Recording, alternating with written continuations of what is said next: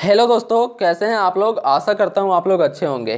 दोस्तों, आज की इस वीडियो में हम लोग क्लास 8 सोशल साइंस का इंपॉर्टेंट क्वेश्चन को देखेंगे फ्रेंड्स, जो आपके 13 अप्रैल के एग्जाम के लिए अत्यंत महत्वपूर्ण होने वाला है। तो दोस्तों, वीडियो को बिल्कुल भी स्किप मत कीजिएगा, वीडियो को पूरा अंत तक देखिएगा ताकि दोस्तों आप लोगों का एक भी प्रश्न छूट ना सके। ठीक है, क्योंकि दोस्तों आप लोगों के एग्जाम में सारे प्रश्न यहीं से पूछे जाएंगे। ठीक है, इसलिए वीडियो को पूरा देखिएगा। तो चलिए वीडियो को स्टार्ट करते हैं। देखिए दोस्तों, आपका 101 नंबर क्वेश्चन। इससे पहले दोस्तों मैंने साइंस का अपलोड कर दिया है, अगर अभी तक आपने नहीं देखा है तो प्लेलिस्ट में जाके देख लें, क्योंकि दोस्तों ये आपके एग्जाम के लिए अत्यंत महत्वपूर्ण होने वाला है। तो देखिए दोस्तों, आपका 101 नंबर क्वेश्चन, भारत के प्रथम गवर्नर जनरल कौन थे। ठीक है, भारत का प्रथम गवर्नर जनरल कौन था।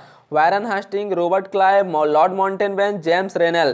तो इसका करेक्ट आंसर हो जाएगा वारन हेस्टिंग। ठीक है, जो भारत का प्रथम गवर्नर जनरल थे वो आपका वारन हेस्टिंग थे। ठीक है, ऑप्शन नंबर 1 इसका करेक्ट आंसर है। अगला प्रश्न देखिए, औरंगजेब की मृत्यु कब हुई। औरंगजेब की मृत्यु कब हुई। 1700 में, 1705 में, 1707 में, 1805 में। तो इसका करेक्ट आंसर हो जाएगा 1707 में। ठीक है, ऑप्शन नंबर 3 इसका करेक्ट आंसर है। अगला प्रश्न देखिए, भारत में पहला चाय बागान कब खोला गया। ठीक है, भारत में पहला चाय बागान कब लगाया गया।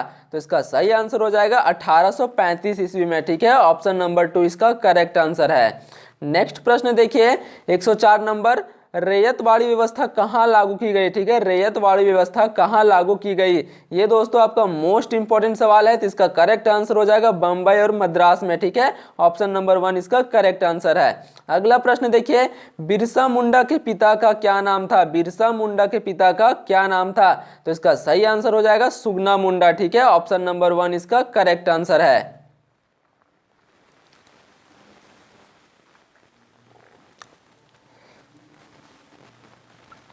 अगला प्रश्न देखिए दोस्तों, झारखंड। ठीक है, झारखंड में अंग्रेजों का प्रवेश किस जिले की ओर से हुआ था। झारखंड में अंग्रेजों का प्रवेश किस जिले की ओर से हुआ था। ठीक है, धनबाद से, साहेबगंज से, देवघर से, सिंहभूमि से। तो इसका करेक्ट आंसर हो जाएगा सिंहभूम से। ठीक है, ऑप्शन नंबर 4 इसका करेक्ट आंसर है। नेक्स्ट प्रश्न देखिए, बक्सर युद्ध। ठीक है, बक्सर के युद्ध के समय मुगल बादशाह कौन था। बक्सर के युद्ध के समय मुगल बादशाह कौन था। जो बक्सर का युद्ध हुआ था दोस्तों वह 1764 ईस्वी में हुआ था। ठीक है, इसको भी आपको याद रखना है, क्योंकि यह प्रश्न भी आपके एग्जाम में पूछा जा सकता है क्यों कि बक्सर का युद्ध कब हुआ था। ठीक है, तो 1764 ईस्वी में। तो इसका सही आंसर हो जाएगा शाह आलम द्वितीय। ठीक है, जो बक्सर युद्ध के समय मुगल बादशाह था दोस्तों ये आपका शाह आलम द्वितीय था। ठीक है, ऑप्शन नंबर 2 इसका करेक्ट आंसर है। अगला प्रश्न देखिए, 108 नंबर प्रश्न, भारत का क्षेत्रफल कितना है। भारत का क्षेत्रफल कितना है। तो इसका करेक्ट आंसर हो जाएगा ऑप्शन नंबर 2 32.8 लाख वर्ग किलोमीटर। ठीक है, ऑप्शन नंबर 2 इसका करेक्ट आंसर है। नेक्स्ट प्रश्न देखिए, खैरवार विद्रोह। ठीक है, खैरवार विद्रोह की शुरुआत किसने की। खैरवार विद्रोह की शुरुआत किसने की। तो इसका सही आंसर हो जाएगा नीलांबर और पीतांबर। ठीक है, ऑप्शन नंबर 1 इसका सही आंसर है। नेक्स्ट प्रश्न देखिए, बस्तर विद्रोह कब हुआ। बस्तर विद्रोह कब हुआ। 1887 ईस्वी, 1898 ईस्वी, 1910 ईस्वी, 1906 ईस्वी। तो इसका सही आंसर हो जाएगा 1910 ईस्वी। ठीक है, जो बस्तर का विद्रोह हुआ था दोस्तों वो आपका 1910 ईस्वी में हुआ था। ठीक है, नेक्स्ट प्रश्न देखिए, स्थायी बंदोबस्त। स्थायी बंदोबस्त व्यवस्था किस गवर्नर जनरल के समय शुरू हुई। ये दोस्तों आपका मोस्ट इंपॉर्टेंट सवाल है, तो इसका करेक्ट आंसर हो जाएगा लॉर्ड कार्नवालिस। ठीक है, ऑप्शन नंबर 3 इसका करेक्ट आंसर है। अगला प्रश्न देखिए दोस्तों, 112 नंबर प्रश्न, भारतीय राष्ट्रीय कांग्रेस। ठीक है, भारतीय राष्ट्र संग्रहालय कहाँ बनाया गया है। भारतीय राष्ट्र संग्रहालय कहाँ बनाया गया है। तो इसका करेक्ट आंसर हो जाएगा नई दिल्ली में। ठीक है, ऑप्शन नंबर 1 इसका सही है। अगला प्रश्न देखिए, अंग्रेजों ने अपनी पहली कोठी कहाँ स्थापित की। ठीक है, अंग्रेजों ने अपनी पहली कोठी कहाँ स्थापित की। तो इसका करेक्ट आंसर हो जाएगा सूरत में। ठीक है, ऑप्शन नंबर 2 इसका करेक्ट आंसर है। अगला प्रश्न देखिए, रेगुलेटिंग। ठीक है, रेगुलेटिंग एक्ट के तहत कलकत्ता में सर्वोच्च न्यायालय की स्थापना कब की गई। तो इसका सही आंसर हो जाएगा 1773 ईस्वी में। ठीक है, ऑप्शन नंबर 3 इसका करेक्ट आंसर है। अगला प्रश्न देखिए, बंगाल में नील विद्रोह कब हुआ। बंगाल में नील विद्रोह कब हुआ। तो इसका सही आंसर हो जाएगा 1859 से 1860 ईस्वी के बीच। ठीक है, ऑप्शन नंबर 1 इसका करेक्ट आंसर है। अगला प्रश्न देखिए, कौन सी जनजाति, ठीक है, कौन सी जनजाति खुद को जंगल की संतान मानते थे? ये दोस्तों आपका मोस्ट इंपॉर्टेंट सवाल है, तो इसका करेक्ट आंसर हो जाएगा बेगा, ठीक है। बेगा जनजाति फ्रेंड्स खुद को जंगल का संतान मानते थे, ठीक है। ऑप्शन नंबर 2 इसका करेक्ट आंसर है। अगला प्रश्न देखिए 117 नंबर प्रश्न, वास्को डिगामा भारत के किस बंदरगाह पर पहुंचे? ठीक है, वास्को डिगामा भारत के किस बंदरगाह पर पहुंचे? तो इसका करेक्ट आंसर हो जाएगा कालीकट, ठीक है। ऑप्शन नंबर 1 इसका करेक्ट आंसर है। लेकिन अगर यहाँ पे प्रश्न पूछे दोस्तों कि वास्को डिगामा भारत कब आए, ठीक है, वास्को डिगामा भारत कब आए, तो 1498 ईस्वी में, ठीक है। 1498 ईस्वी में जो वास्को डिगामा है वह भारत आए थे, ठीक है, भारत के कालीकट बंदरगाह पर। ऑप्शन नंबर 1 इसका करेक्ट है।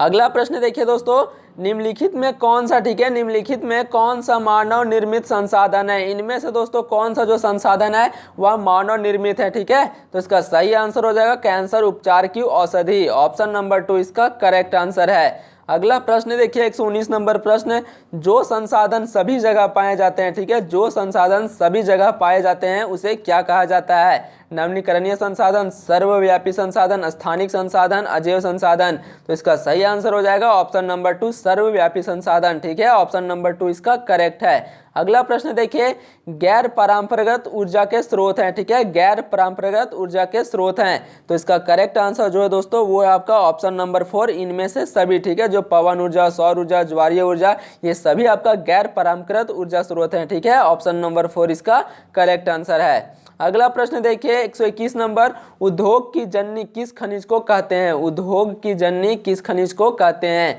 कोयला, अपरक, बॉक्साइट या फिर तांबा?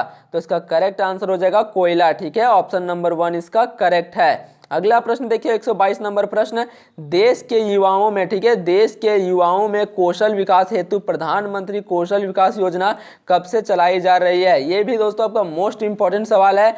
तो इसका करेक्ट आंसर हो जाएगा 2015 ईस्वी से, ठीक है, वर्ष 2015 से प्रधानमंत्री कौशल विकास योजना चलाई जा रही है, ठीक है।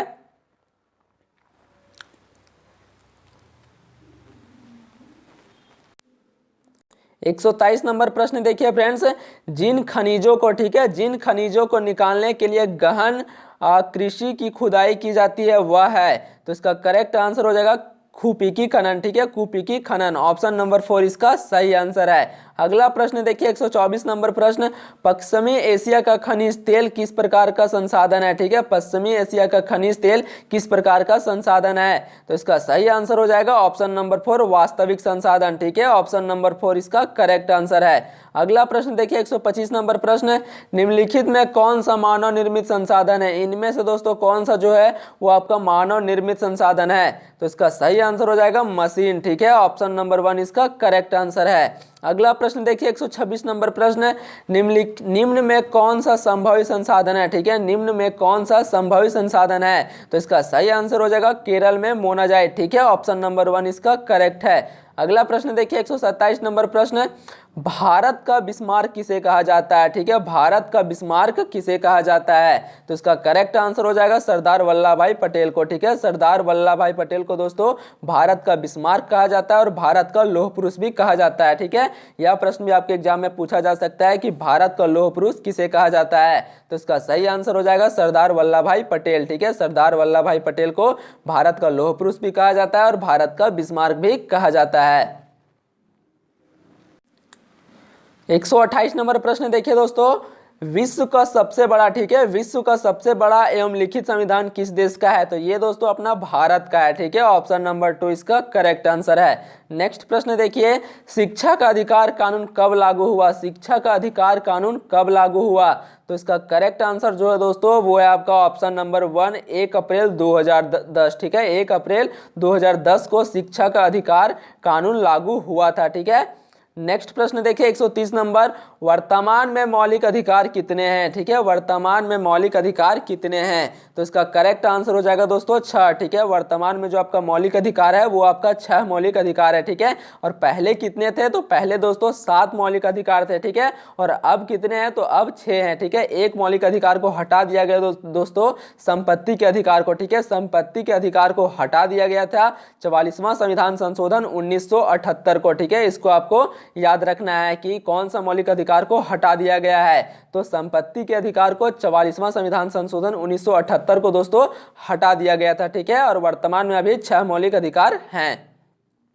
नेक्स्ट प्रश्न देखिए 131वां नंबर, भारत की प्रथम महिला राष्ट्रपति कौन है, भारत की प्रथम महिला राष्ट्रपति कौन है, तो इसका सही आंसर हो जाएगा प्रतिभा देवी सिंह पाटिल, ठीक है। ऑप्शन नंबर 2 इसका करेक्ट आंसर है। अगला प्रश्न देखिए 132 नंबर, भारत कब गणतंत्र घोषित हुआ, भारत कब गणतंत्र घोषित हुआ, तो इसका करेक्ट आंसर हो जाएगा 26 जनवरी 1950 ईस्वी को, ठीक है। ऑप्शन नंबर 2 इसका करेक्ट आंसर है। 133 नंबर प्रश्न देखिए, संविधान के किस अनुच्छेद में अस्पृश्यता का उन्मूलन प्रावधान किया गया है, मतलब दोस्तों छुआछूत का अंत का प्रावधान किया गया है, ठीक है। तो इसका सही आंसर हो जाएगा ऑप्शन नंबर 3 अनुच्छेद 17 में, ठीक है। ऑप्शन नंबर 3 इसका करेक्ट आंसर है।